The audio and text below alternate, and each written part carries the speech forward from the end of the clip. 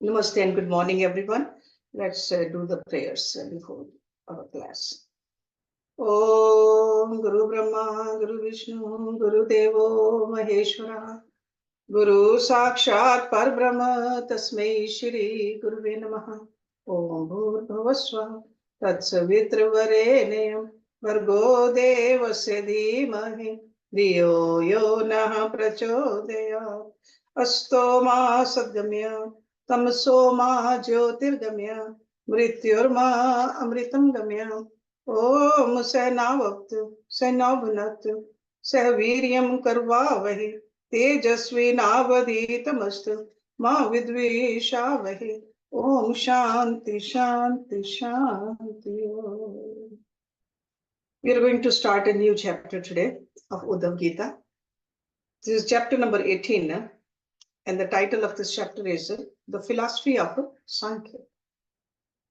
So Sankhya, you all know that Sankhya is the twin of yoga philosophy. So yoga and Sankhya, they go together. So let's look at this summary of this chapter. This chapter contains further instructions by the Lord dealing with the Sankhya, the analytical study of the elements of material nature. By the cultivation of knowledge, one can rise above the dualities of material existence so that the bewilderment of the mind can be dispelled. Before the creation of the universe, the seer and the seen are unmanifest.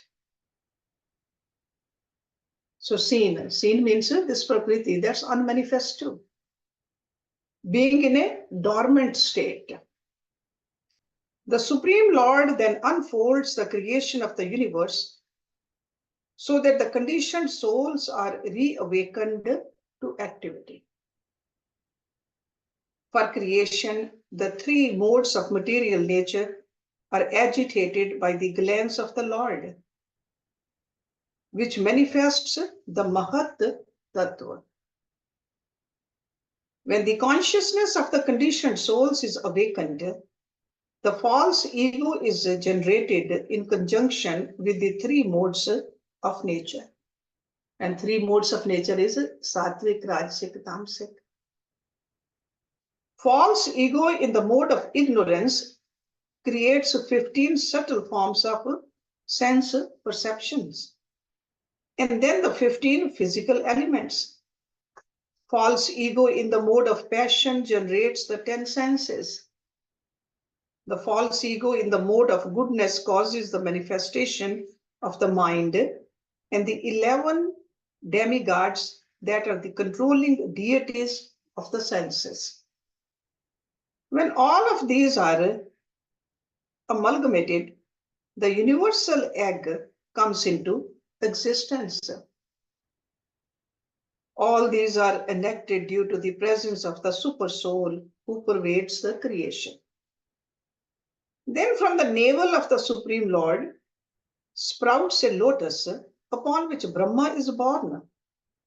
Lord Brahma then executes severe austerities under the direction of the Supreme Lord and by the power invested in him as a result of his penance. Brahma then recreates the universe as it was before. Within the universe are various planetary systems. The heavenly planets are the abodes of the demigods. The space between heaven and earth is the residence of the ghosts and spirits, and the earth is the place for human beings and lower species of life. Above these are the planets of the great sages, and the lower regions of the universe are the residences of the demons and nags. Whatever activities are performed under the direction of the three modes of material nature will carry one to these places of residence within the universe.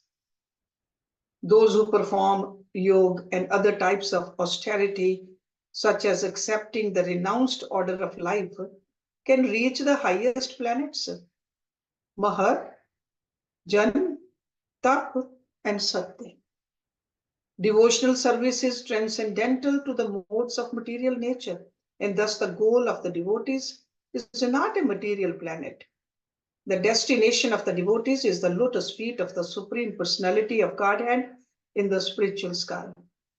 This universe is the place of fruitive activities and their reactions, and is manifest under the control of time and the three modes of material nature. So, Gun and Kal. Whatever is seen to exist in this world is simply a product of these modes, which work under the direction of the Supreme Lord. The creation of the universe is enacted from subtle to gross, and the annihilation is enacted from gross to subtle. When all is dissolved, only the Supreme Lord remains situated in his transcendental position of self-satisfaction. When one cultivates this understanding of the Supreme Lord and his creation, the mind will rise above the dualities of material existence. This understanding is known as Sankhya.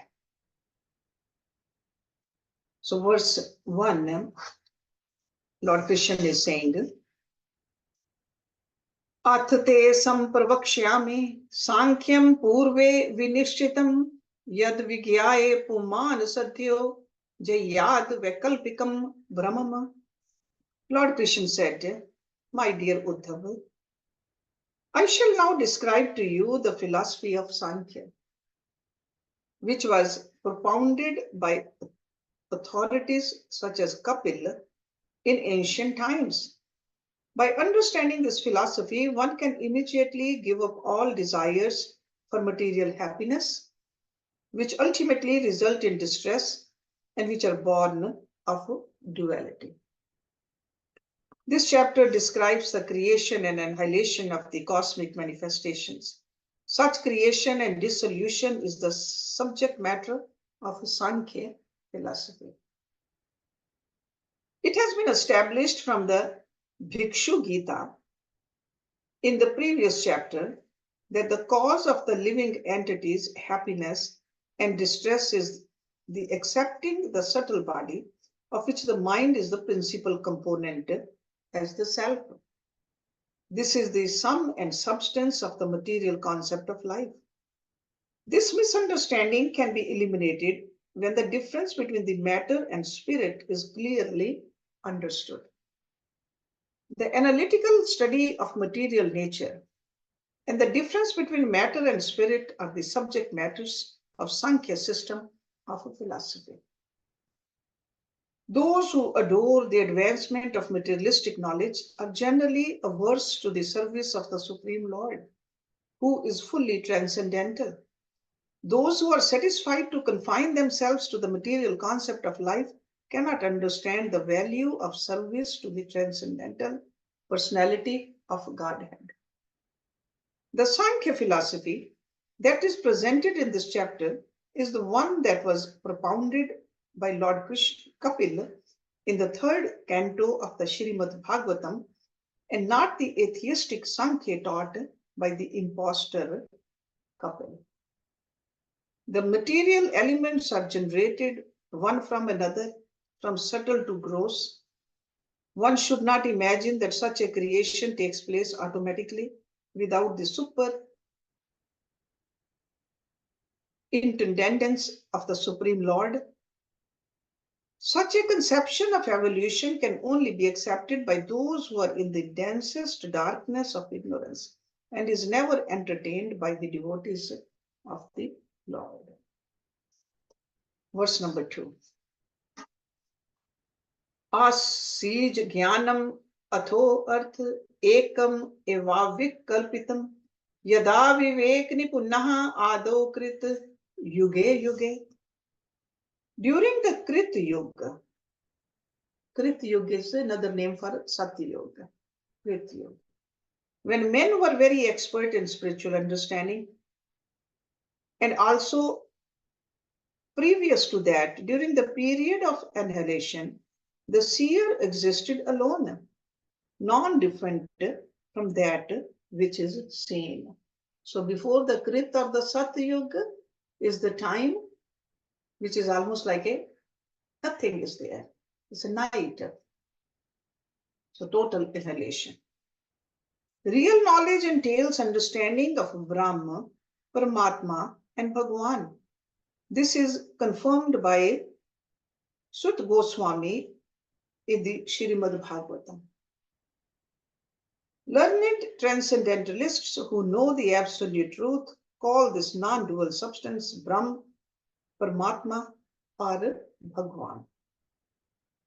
The word Artha means complete. The word Avikalpitam means the one complete knowledge or Brahma who has no substitute. In Satya Yuga, however, people are Vivek Nipun or expert in intelligence discrimination, and thus there is no difference between their vision and reality. Seeing everything as the potency of the Supreme Lord, they do not artificially create duality between themselves and other living entities. So that means with that kind of a knowledge, they see the sameness, not the differences between each other. The Supreme Personality of Godhead is the absolute truth, who dissipates the darkness of ignorance. The yuga in which Satya or truth was fully manifested is called Satya Yuga. This truth was instructed by the Lord to the heart of Brahma. At that time, non-dual spiritual knowledge was not obscured by the material propensity of the mind to accept something and then later on reject it. In due course of time, however, understanding of the non-dual truth gradually diminished. So there was a more clarity at that time than later on. This mind is always material. Mind powers is it's born out of Prakriti. Okay, so when we know something for reality, then there's no question about it. And that's what the Satyug is. Verse number 3. Tanmaya phalarupena kevalam nirvikalpitam vang manogocharam satye dvidha sambhavad brihat. Thereafter, the supreme absolute truth, who is beyond the jurisdiction of the mind and speech, who is one without a second, and who is completely transcendental, manifested himself in two features: the material nature and the living entities who are trying to enjoy the objects manifested by that nature. The Supreme Brahma is one absolute truth. From him manifested is external energy. So that means the Maya is who is the owner of Maya? The God himself. So that's why from him manifested his external energy known as Maya. His marginal energy, the infinite smell, super souls. These two manifestations are non-different from the one Supreme Lord. The material nature and the living entities are eternal energies of the Supreme Lord. So they both are eternal. The Atma also, the nature also, the Maya also. They are beyond the comprehension of the mind and speech. See, that's why it says in the second line, Vang Mano Gocharam Satya Dvidaha. The conditioned souls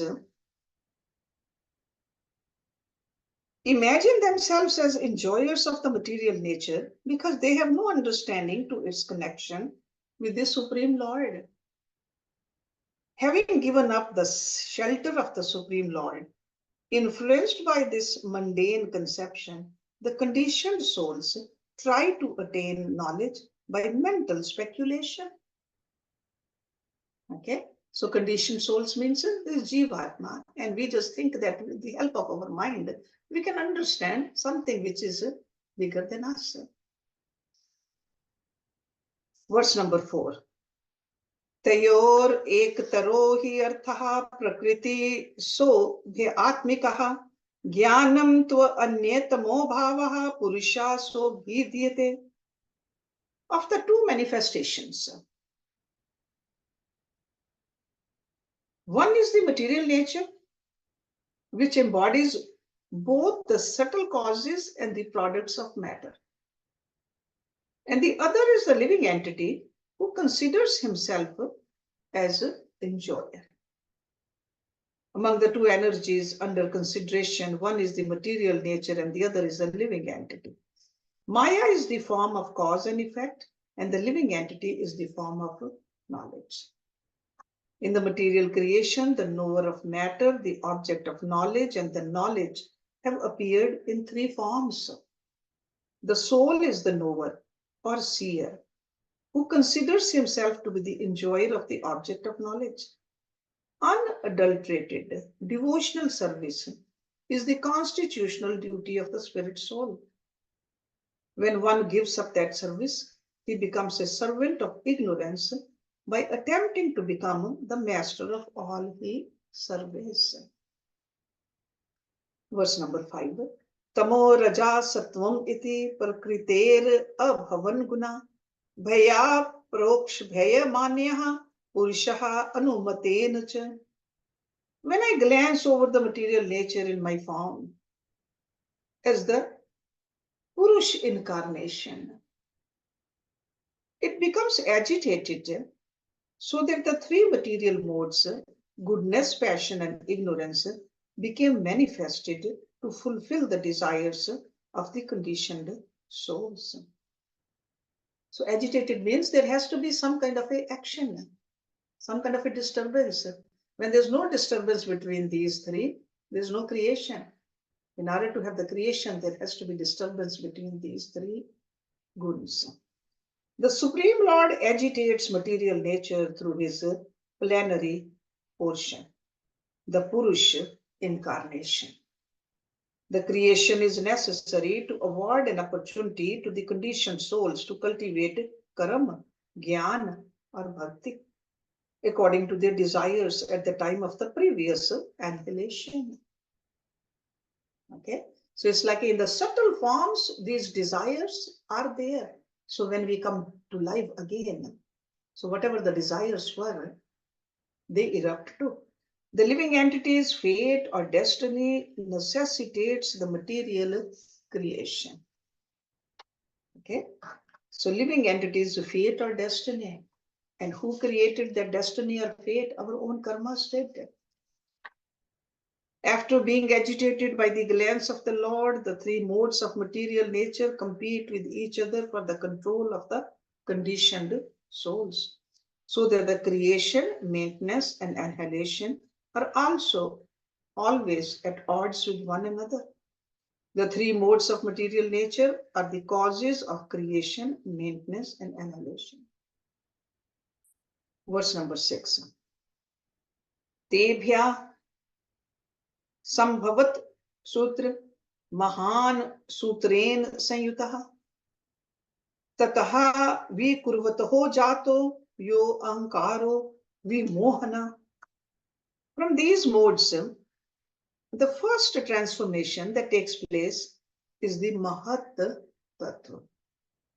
The transformation of the Mahat Tattva then generated the false ego, which is the cause of the living entity's bewilderment. So very first thing which comes is the Mahat Tattva. Okay, when the creation happens. Then the false ego, the ahankar. The first transformation of the modes of nature is the power of action in a subtle form. This first transformation is known as Mahat Tattva. Mahat Tattva is invested with activity and knowledge for the sake of the bewildered, conditioned souls. The Mahat Tattva came into existence from the three modes of material nature, and later on the false ego manifested from the Mahat Tattva. The false ego dictates material enjoyment or dry renunciation by covering the living entities with the desires for karma and jnana. As one's devotional service to the Lord slackens, these two tendencies automatically develop, just as the diminishing of light automatically brings an increase in darkness. Verse number 7. Vaikarikas tejas cha tamsas cheteh aham trivrit tan matrendriye manasam karanam chid achinmaya. False ego, which encompasses both matter and spirit, manifests in three categories: Vaikarik, Tejas, and Tamas. So Vaikarik is another name for Satvik. So Vaikarik, Tejas, and Tamas, arising from the modes of goodness, passion, and ignorance. The five sense objects, the senses, and the mind are creations of the false ego. False ego manifests the sense objects, the mind, and the connection of the eternal spirit soul with the temporary material body. Although false ego is itself a product of matter, it remains with the spirit soul as his designation. Thus, the tight knot that binds the spirit soul to material existence is affected by the false ego. So instead of knowing our true self, we think that we are this. That is the false ego. Wrong identification. The three categories of false ego are sattvic or vaikarik, rajas or tejas, and tamasic or tamas. These three manifestations of false ego transforms into the five sense objects, the five knowledge acquiring senses, and the mind. The false ego forms the junction between the external soul and the material body, desiring to lord it over the material energy of the Supreme Lord. The conditioned souls come under the control of the three modes of material nature, which causes them to assume temporary identities in the bodily concept of life. Okay, so in a very detailed way, he is explaining it to us. How did we get entangled? And who is getting entangled? Okay, with these energies. See, Satvikta, Rajsikta, Tamsikta, these are very profound energies of the nature. Verse number 8. Arthastan matrika getaha tamasadi indriyani cha tejasad devata asan ekadash cha vakritat. From false ego, in the mode of ignorance, tamas, the five objects of perception, those are Gyanendriya, and the five gross elements were generated. From false ego, in the mode of passion, the rajas, the 10 senses were generated, and from the false ego, in the mode of goodness, Satvik, arose the 11 demigods who control the senses and the mind. Those are devatas who are sitting right inside us. Sound, the sense of hearing, and ether are the products of false ego in the mode of ignorance. Then the sense of touch and air are produced. In this way, all of the elements and the perception of them are produced from subtle to gross. The senses are created from false ego in the mode of passion, and from false ego in goodness come 11 demigods, devatas, who are controllers of the mind and senses.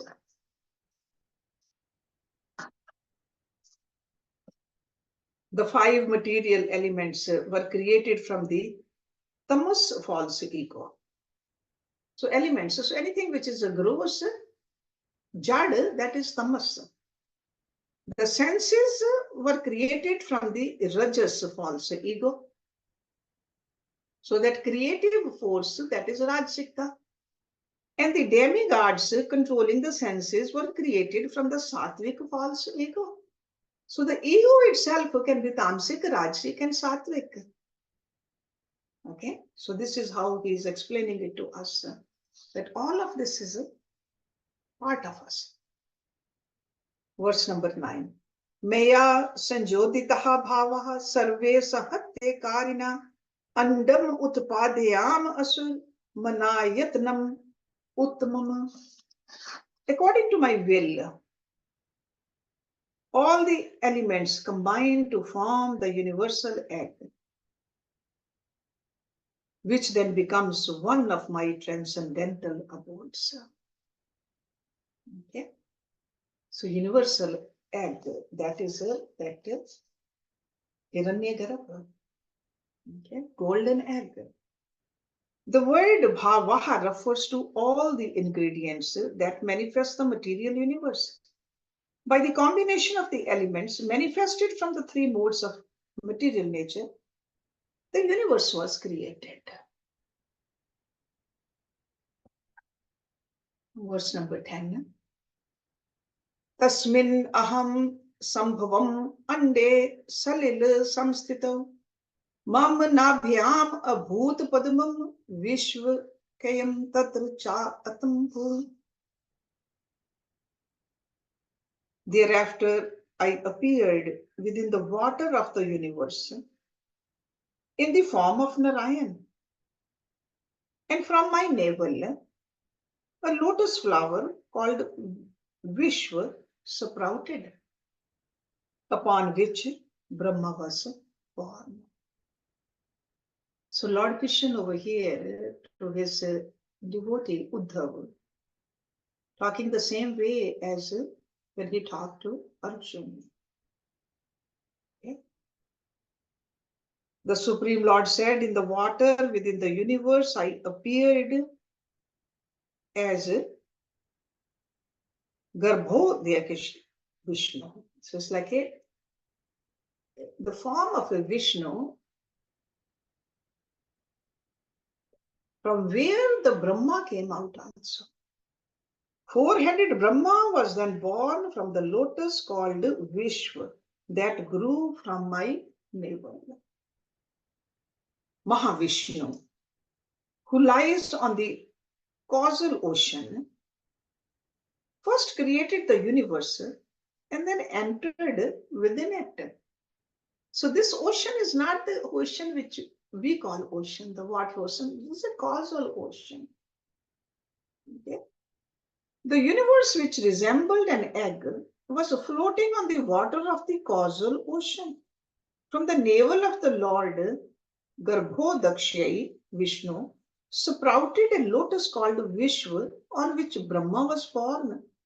This Brahma is the original personality of the whole community of enjoyers. Verse number 11. So srijat tapsaha yukto rajasa mad anugrahat lokan sapalan vishvatma bhur bhava swar iti tridha. Lord Brahma, the soul of the universe, being empowered with the mode of passion, performed great austerities. By my mercy, and thus created the three planetary systems called Bhu, Bhuva, Swa, along with their presiding deities. By the strength of the mercy of the Supreme Personality of Godhead, Brahma, who was born from Lord Vishnu's lotus-like navel, created Bhulok, Bhuvalok, Swalok, Mahalok, Janalok, Tapolok, Satyalok, as well as the 7 lower planetary systems. Beginning with Earthal, all of these planets exist within this universe. Okay? So whether we say these 3, Bhu, Bhuva, Swa, or 7 upper lok and 7 lower lok. So that really means that the whole universe was created by God. Verse number 12. Devanam ok asit swarbhutanam cha bhuvapadam mrityadinam cha bhulokaha siddhanam tritayat param. Swargalok was created for the residence of the demigods, devtas. Bhuvalok was created for ghosts, and Bhulok was created as the residence of human beings. Beyond these three planetary systems, other planets, beginning from Mahalok, were created as the residence of perfected beings who strive for liberation. Demigods reside in Swarglok. Human beings reside in Bhulok. And Bhuvalok, or the sky, is a temporary residence for both classes of beings. 4 higher planets were created to accommodate those who desire liberation from the material world. So Atmas are everywhere, not just only on the earth, everywhere. In the Bhuvalok also, in the Svalok also, Janalok, Tapalok, everywhere. There's no place where souls are not. Verse number 13. Adho sura naam naga naam bhumer okoho srijat prabhu trilokyam gatyah sarvaha karma naam trigunatma naam. Lord Brahma also created planets below the earth, beginning with Atal as the residence for demons and the Nag, snakes. As a result of their fruitive activities performed under the modes of material nature, living entities take birth within these 3 worlds. So ultimately, where we'll go after leaving this body depends upon our own karma. We can go anywhere. It's up to us. Planets such as Atal were created for the Nags or serpents.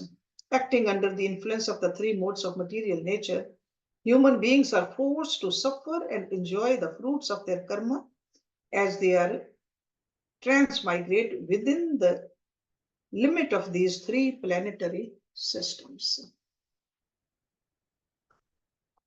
Verse number 14.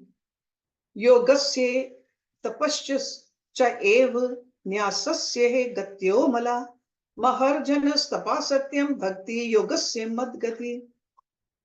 By practice of mystic yoga, undergoing great austerities and accepting the renounced order of life, the superior destinations of Mahalok, Janalok, Tapalok, and Satyalok are attained.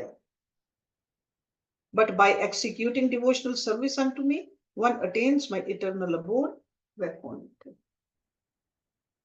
It's up to us, sir, where we want to go. At the feet of God, or we want to go to some other place. Performance of pious activities, Ashtanga Yoga, renunciation lead one to planets such as Mahalok. Pure devotees of the Lord attain the transcendental abode of Lord, Vaikuntha. By the strength of their austerity, yoga, and renunciation, living entities obtain superior destinations like Mahalok, Janalok, Tapalok, and Satyalok. Attainment of these planets is temporary because after the merit achieved by one's practice is exhausted, one must return to earth. On the other hand, by the influence of the devotional service to the Supreme Lord, one attains the eternal abode, Vaikuntha. Verse number 15.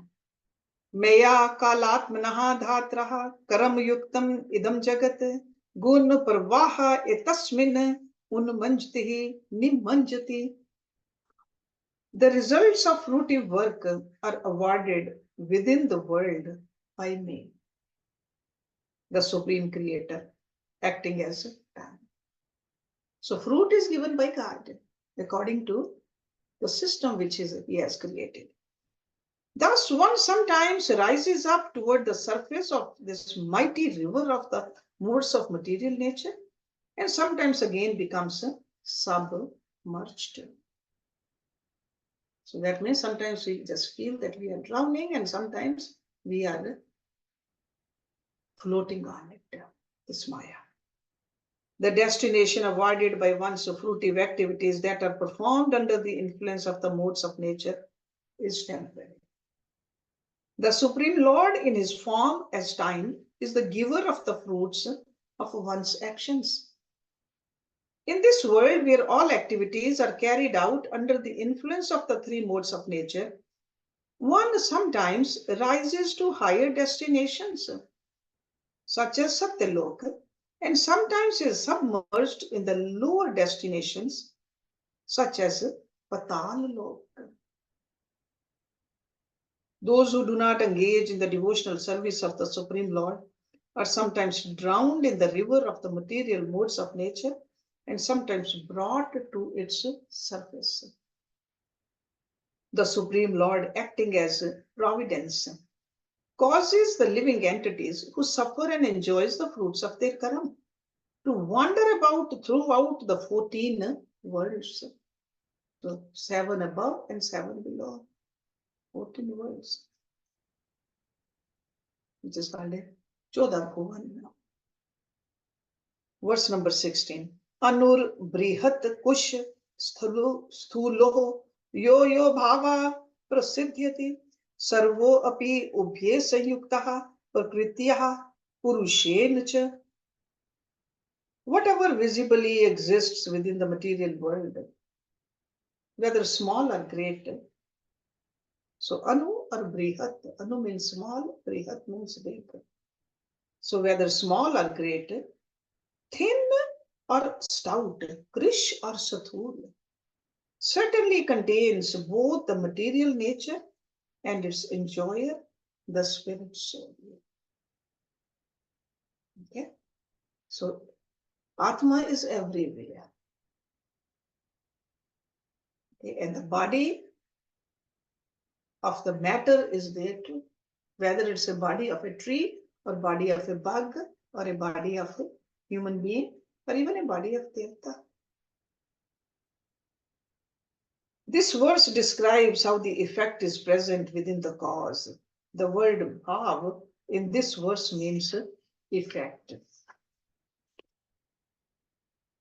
Whatever is seen to exist within this world, whether very great or insignificant, is a combination of the conditioned souls who are acting as enjoyers and the material nature which he is trying to enjoy.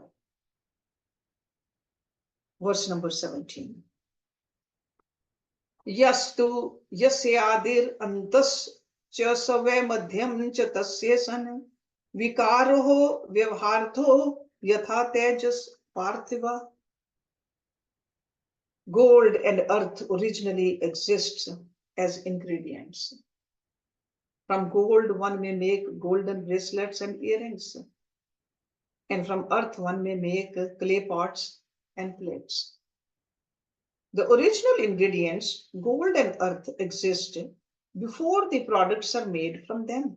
And when the products are eventually destroyed, the original ingredients, gold and earth, will remain. Therefore, because the ingredients are present in the beginning and at the end, they must also be present in the middle phase, taking the form of some object to which we give a particular name, such as bracelet. In this verse, the Lord explains that the original cause is present in its effect, giving the example of gold and clay as the causal ingredients of many different products. We assign various names to such temporary products, although their essential nature continues to be that of the ingredient and not of the temporary product, such as the bracelet or earring. Under the influence of time, an element as a cause may transform into many products or effects, just as gold is transformed when we manufacture gold earrings and earth is transformed when we make clay pots. These transformations are temporary. And at the beginning, in the middle, or at the end, the essential characteristics of the cause remains unchanged. Okay, so this our body, we talk about that also. Day to day, or from a birth, as a little child, youth, old age, keeps on changing. So the form keeps on changing, but the essence is always the same. That doesn't change.